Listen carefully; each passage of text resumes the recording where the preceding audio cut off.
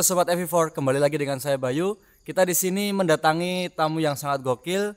Namanya adalah Pak Agus Santosa. Mungkin di sini belum pada akrab dengan Pak Agus Santosa karena sehari-hariannya itu disebut dengan Mbah Gondrong. Selamat sore Mbah Gondrong. Selamat sore Mas Bayu.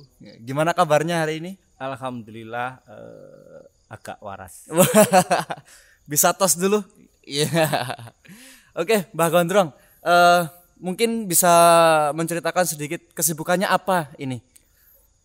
Akhir-akhir ini saya sama teman-teman sibuk di tim TKC, jadi Posduk Gusgas Klaten, tapi di TKC yaitu tim kubur cepat. Relawan COVID. Untuk COVID ini ya, Pak ya? Betul. Nah itu menurut Bapak ini akhir-akhir ini di Klaten tuh dihebohkan dengan kasus COVID yang semakin hari semakin meningkat ini Pak. Boleh dijelaskan itu? Apakah itu benar ataukah cuman isu belaka ini? Kalau kasus di Klaten semakin meningkat itu saya membenarkan memang, apalagi korban yang meninggal ataupun yang harus kita makamkan dengan protokol COVID akhir-akhir ini sungguh luar biasa, sangat luar biasa. Kita mencatat mulai tanggal 1 Juli sampai 10 Juli kita sudah memakamkan protokol COVID itu sekitar 631.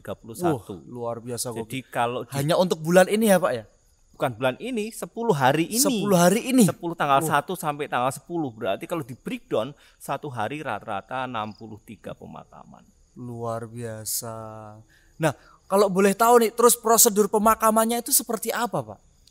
Jadi gini, prosedur pemakamannya adalah satu, tim eksekutor atau yang memakamkan itu harus memakai APD komplit ya. APD komplit ini adalah pakai hazmat. Kemudian pakai sarung tangan juga double, jadi pakai latex dan pakai sarung tangan ini. Kemudian juga pakai full face yang jadi tertutup semuanya, baik muka maupun di hidung. Itu jadi fungsinya adalah meminimalkan mungkin teman-teman yang selaku eksekutor atau pemakam itu meminimkan untuk terpapar dari yang kita makamkan atau terpapar COVID itu sendiri. Wah, kelihatannya kayak seperti astronot ini ya Pak. Iya. Kalau astronot pergi ke bulan, kalau ini pergi ke makam. Luar biasa. Terus jumlah anggota sekarang ini berapa Pak? Karena kan mengingat meningkatnya jumlah kematian, angka kematian penyebab COVID ini. Kalau jumlah secara pasti mungkin kita nggak bisa memprediksikan, tetapi kita karena saking banyaknya ratusan. Jadi sekarang kita memanfaatkan masyarakat sekitar untuk peduli kepada sesamanya, peduli pada tetangganya, bahwa itu adalah manusia yang harus kita manusiakan, kita makamkan secara manusia. Jangan sampai dihindari ya Pak ya, bahkan dikucilkan ya Pak ya. Iya, justru malah bahaya ketika juga tidak kita makamkan, karena di musim pandemi takutnya juga akan malah memperlama atau malah penyebarnya akan semakin luar biasa. Nah itu proses inkubasinya itu gimana Pak? Maksudnya gini, ketika jenazah itu sudah meninggal, apakah masih berpotensi untuk penularan COVID ini Pak? Dari jurnal medis yang pernah kita baca itu masih ada waktu sekitar 38 jam dari inangnya atau dari tubuh si orang yang sudah meninggal itu. Walaupun jenazah sudah meninggal ya Pak ya? Betul. Nah itu berpotensi kurang lebih kayak 2 hari berarti ya Pak? Iya, sekitar 2 hari dia masih bisa bertahan dan memungkinkan menularkan kepada orang lain. Nah gini Pak, menanggapi isu-isu miring yang sedang meramak dibincangkan oleh warga masyarakat khususnya di kota Klaten, ada yang bilang bahwasanya ada ambulan itu hanya mondar-mandir hanya untuk menakut-nakuti, terus ada yang pernah bilang relawan itu dibayar dan sebagainya. Apakah itu benar Pak menanggapi isu tersebut Pak? Kalau isunya benar, tapi kenyataannya enggak.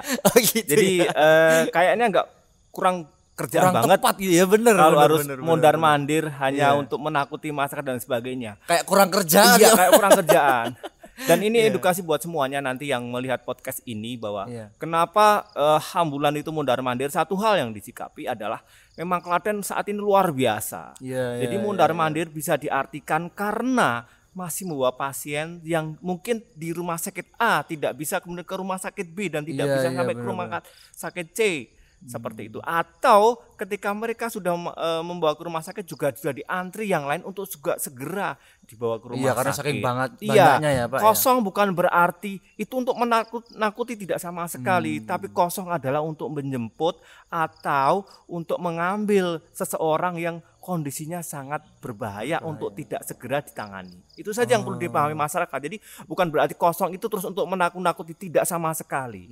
Monggo lah kalau tidak takut, monggo itu hak Anda. Tetapi dalam kenyataannya dalam satu hari kita luar biasa menguburkan dan ada kasus korban yang nyata. korban yang nyata dan kasus terbanyak kita adalah kita sampai menguburkan 93 jenazah dalam satu hari. Hanya satu hari? Hanya gitu? satu hari. 93? 93, ini di Klaten saja. Monggo dan itu tercatat dan resmi.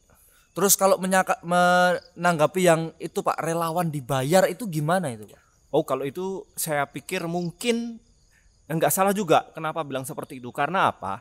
Memang di beberapa tempat daerah mereka memang dibayar. Tapi alhamdulillah di Klaten teman-teman masih menjaga marwah seorang relawan yang ingin memanusiakan manusia, tidak karena bayaran, tidak karena uang, tapi ya memang inilah tugas manusia untuk memanusiakan manusia. Iya, betul. Karena kan kadang masyarakat itu lebih mengucilkan orang yang terdampak Covid ya Pak ya. Tidak hanya yang terdampak, kita yang relawan juga. Karena kita dianggap takut, orang yang terpapar dan lain sebagainya. Dianggap kayak kloster penyebaran ya Pak ya. Penyebaran. Terus kalau untuk logistiknya itu gimana Pak? Support logistik untuk para relawan-relawan itu Pak? Kalau peralatan APD dan operasional kita dibantu oleh Dinas Kesehatan, juga Pemda Klaten. Oh ya PBBD itu ya. Terus tapi ya alhamdulillah ada beberapa, tapi kita tidak meminta sama sekali. Banyak juga masyarakat yang mereka peduli.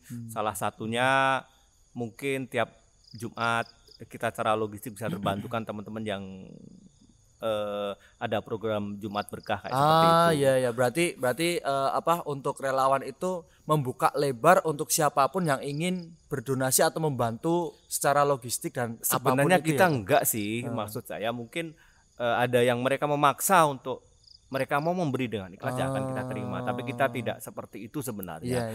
Saat ini adalah yang perlu garis bawahi, perhatikan tetangga kiri kanan, apakah mereka melakukan isolasi mandiri dan sebagainya. Ayo kita bantu tetangga kiri kanan. Itu akan lebih penting. Insya Allah kalau kami tim relawan kita masih bisa survive dengan dibantu oleh Pemda untuk operasional, juga Dinkes untuk peralatannya. Iya. Seharusnya kita tuh harus saling komunikasi ya Pak ya, saling menjaga antara masyarakat biar nggak timbul isu-isu yang miring.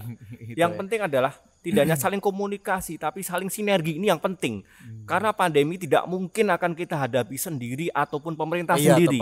Peran serta masyarakat, kesadaran masyarakat harus kita bangun, harus kita sadarkan. Tanpa itu kita nggak akan bisa selesai pandemi. Iya tepat sekali. Karena kasus pandemik yang sangat luar biasa ini emang semakin hari semakin meningkat. Kalau misalnya kita hanya bekerja sendiri juga nggak mungkin ya Pak. Sangat capek Mas. Nah gimana kalau misal nih ada saudara-saudara kita atau sobat-sobat FIVOR yang ada di rumah ingin membantu relawan-relawan ini Pak, caranya gimana? Monggo kita terbuka lebar. Bagaimana peran masyarakat, misalnya pengen berperan, perannya seperti apa, bisanya dia seperti apa, kita siap membuka 24 jam. Mungkin bisa dijelaskan di mana poskonya, pusatnya, biar nanti kan kalau ada sobat-sobat yang ingin membantu itu bisa datang langsung atau gimana gitu. Jadi posko komando untuk relawan Posduguskas di TKC ini adalah di posko SAR Klaten. SAR Klaten. Iya. Itu lokasinya di mana? Lokasinya di sebelah timur Tegalioso, di ring road bagian selatan kanan jalan. Iya. Nah, terus untuk kesulitan relawan saat ini tuh apa Pak? Mungkin teman-teman bisa ya sedikit membantu gitu. Kesadaran masyarakat yang harus kita tingkatkan. Kemudian biar nggak menyebar-nyebar hoax itu ya Pak ya. Betul. Kedua juga kami mohon juga mungkin dari instansi yang bersangkutan, ayolah lebih serius menghadapi ini. Ini kita benar-benar serius saat ini. Tidak hanya cuma sekedar sebuah kegiatan yang seremonial, tapi ini benar-benar benar-benar realistis pandemi di Klaten ini luar biasa. Benar-benar ada ya Pak. Benar-benar ada. Nah, yang menarik ini Pak, maksudnya Bapak ini kan juga memiliki keluarga, anak, istri. Nah, kenapa memutuskan untuk jadi relawan padahal yang dihadapi itu adalah pandemi COVID itu? Apakah Bapak nggak takut nanti terpapar atau gimana gitu? Coba. Kalau terpapar itu udah resiko dari kita ya. Dan alhamdulillah saya sudah terpapar gitu. Waduh, berarti ini mantan. Baru aja sembuh ya, Oh, penyintas saya mantan, sudah bersertifikat. Tapi bukan berarti tidak akan terkena lagi. Saya juga akan bisa terkena lagi dengan varian yang berbeda. Walaupun sudah pernah terkena pasti bisa berpotensi terkena lagi ya Pak ya? dengan varian yang berbeda. Makanya walaupun saya terpapar, walaupun saya sudah divaksin, tetap prokes juga. Nah, untuk teknisi pembagian relawannya ini gimana Pak? Karena kan kita ya lihat ya ada pemakaman itu sampai malam, sampai subuh, bahkan sehari nggak pulang. Nah, itu cara pembagiannya itu gimana itu Pak? Kalau dulu kita di satu tempat di Pos Dugusgas Klaten di SAR Klaten, tetapi seiring pandemi kita juga akan mengurangi kerumunan. Akhirnya banyak diskusi dengan para pejabat. Akhirnya dibagi ada 5 pos aju ya. Satu Klaten Utara, kemudian di Langgu, kemudian di Pedan, di Jatinom sama di Prambanan. Jadi masing-masing pos aju itu di situ mengcover sekitar 5 sampai 6 kecamatan. Sehingga yang dulu hanya satu tempat di Posko SAR Klaten, sekarang kita bagi jadi 5 kelompok di masing-masing itu sendiri. Itu mengurangi kepadatan. Jadi sekarang ada 5 posko pusat ya Pak ya, ibarat kata gitu ya. Jadi kalau misal teman-teman mau bantu bisa ke pos aju masing-masing bisa.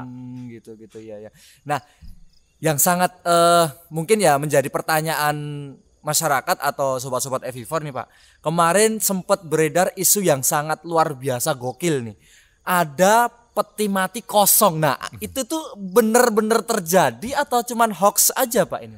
Kalau itu kebetulan di luar kendali kita ataupun tidak koordinasi dengan kita nggak bisa ngomong banyak, tetapi itu benar-benar ada. Dan itu mungkin karena ya human error atau apa di rumah mungkin sakit, human error ya, terlalu Pak, capek dan lain sebagainya sehingga terjadi miss di lapangan mungkin seperti itu. Tapi itu waktu itu tidak koordinasi atau bukan di bawah koordinasi dengan kita. Oh, mungkin miskomunikasi sama pihak rumah sakit dan relawan gitu ya Pak ya. Soalnya kadang ada beberapa masyarakat yang mengklaim bahwasanya wah itu jenazahnya kembali lagi itu gitu katanya. Enggak juga sih, kadang-kala gini. Ini juga edukasi ya buat keluarga. Jadi kalau itu sudah tertanda di Dinkes, insya Allah akan kita bantu. Tetapi banyak keluarga yang mereka bahasa Jawanya nyusu-nyusu atau menergesa-gesakan, sehingga mungkin saja itu membuat gugup atau membuat langkah para relawan teman-teman. Jadi bukan para relawan di rumah sakit. Kalau relawan memang tidak membuka peti itu sendiri, Mas. Karena begitu mau dikuburkan, kita nggak membuka peti sendiri karena kita cuma ngambil ya Pak. SOP-nya ketika teman-teman ngubur cepat memang nggak membuka peti. Oh, berarti ini human error-nya rumah sakit ya Pak ya. Kalau bisa kita Mungkin gali saja. mungkin saja. Saya nggak bisa banyak komentar iya. Nah, mungkin sobat-sobat FIVOR yang di rumah tuh mungkin penasaran ketika mereka melihat sungguh tangguh dan luar biasanya para relawan yang seringkali bisa dibilang menduakan keluarga gitu ya. Nah, apakah itu nggak mempengaruhi kebutuhan keluarga Pak? Maksudnya untuk mencukupi kebutuhan keluarga gitu loh. Pasti dong, ngomongnya pasti ya. Tapi ada satu hal yang kita sepakati bahwa istri-istri kita jangan pernah sampai ketemu, Mas. Oh gitu. Kalau istri-istri kita ketemu akan jadi mereka kolaborasi, kita yang kecewa. Luar biasa. Jadi gini, teman-teman juga punya kesibukan masing-masing. Iya, tepat sekali. Disitulah kita pernah saling mengisi di situ. Jadi kita juga tidak pengen mengganggu teman-teman yang sedang bekerja. Yang sedang bekerja monggo sedang bekerja. Ketika sedang slow silakan datang. Karena kita sadar, kita tekankan bahwa di relawan di Klaten ini adalah tidak dibayar dan jangan mengharapkan sesuatu materi di tim ini. Benar sekali. Itu yang kita tekankan. Jadi kalau misal siapapun yang senggang atau yang punya waktu luang silahkan. Jangan sampai mengesampingkan kewajiban tanggung jawabnya ya Pak ya. Betul. Tepat sekali. Nah, ini kita dan teman-teman ini sedang proses penggarapan film dokumenter ya untuk relawan khususnya di Klaten ini Pak. Apa tanggapan Bapak ini? Saya pikir bagus, ini pembelajaran buat kita semua, tidak hanya buat relawan, ini juga feedback buat kita, mungkin ada sesuatu yang kurang harus diperbaiki. Di lain sisi juga akan menumbuhkan peran masyarakat akan lebih besar lagi, Iya. terutama di dalam pandemi ini. Syukur juga nanti karena kita di ring of fire di mana Iya, kita iya, adalah iya, iya. dekat sekali dengan bencana. Iya, Nanti akan benar, kedekatan, bukan kedekatan, tapi pengetahuan masyarakat tentang bencana, tentang pandemi akan jadi lebih baik lagi, sehingga sorotan ataupun tentang pandangan-pandangan miring terhadap relawan ataupun kegiatan-kegiatan yang bersifat sosial itu akan berkurang. Gitu. Nah, selain relawan itu, selain mengurus pandemik ini, apakah ada kegiatan di luar itu, Pak? Mungkin mengurus ada warga yang membutuhkan bantuan atau apa itu, apakah juga direspon? Dalam hal apa dulu, misalkan kalau dalam hal COVID mungkin banyak hal yang kita fokusnya di TKC, tapi kalau dalam hal yang lain misalkan ada kesulitan di warga tentang misalkan ada kucing yang Iya. masuk di Sumur sumur atau atau apa gitu. ininya, nanti akan kita bisa bantu. Satu itu. Yang kedua, makanya kenapa pos aju ini adalah Iya.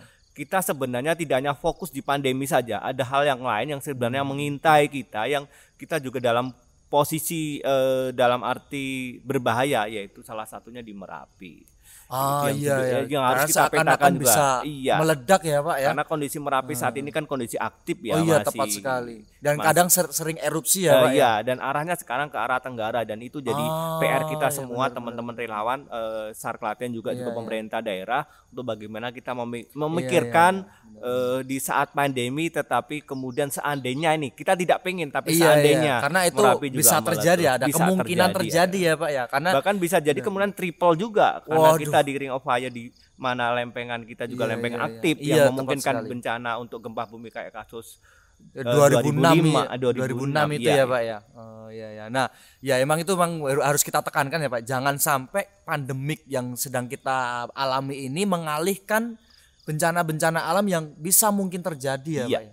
betul. Nah, apakah ada persiapan untuk menghadapi bencana yang seakan-akan bisa terjadi kapanpun itu, Pak?